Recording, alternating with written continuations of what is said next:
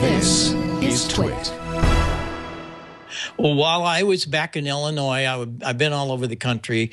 I think I told you a little bit last week about some of the goings, but I spent a couple of weeks in the plant there also, and throwing out a lot of stuff, and I found a lot of old stuff. One of the things that I of course, I knew it was there.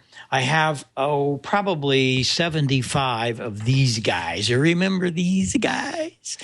I have bunches of them, and I've just about went through all of them. Here's a handful. A lot of these are performances that I did back in the 50s and 60s when I was playing every night, 6 nights a week. But in all of that, I found this tape, and I want to play it for you.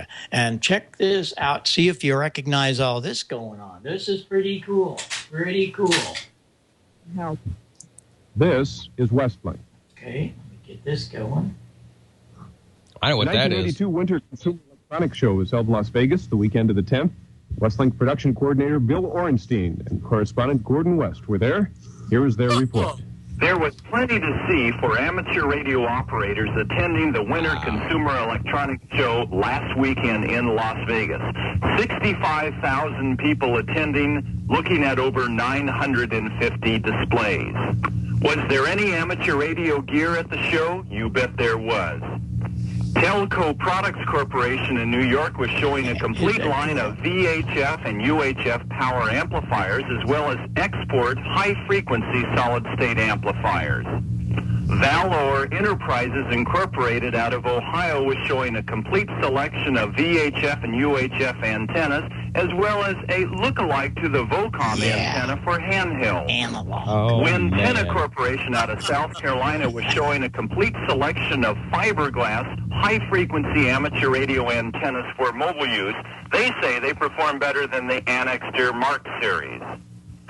Harada Industries was showing a line of disappearing communication-type antennas that could be used for selected amateur radio frequencies, and High Gain Telex was, of course, boasting their acquisition of the CDE rotator line. Another company announcement of an acquisition was KLM and Mirage, the amplifier people. CB Radio Times Magazine also announced the acquisition of Cowan's S9 publication, so now it's just one giant personal communications magazine. From Las Vegas, this is Gordon West, WB6NOA for Westlink. It appears that cable TV... Wow. What year was that, ancient Gordo? amateur radio newsline. That's cool. What year was that, Gordo? Probably the early 80s or late 70s. Wow. Yeah. Yeah, probably late 70s with the CB radio stuff in there. That's cool. That's the beginnings of amateur radio newsline. That was called the Westlink Report back then. That's right.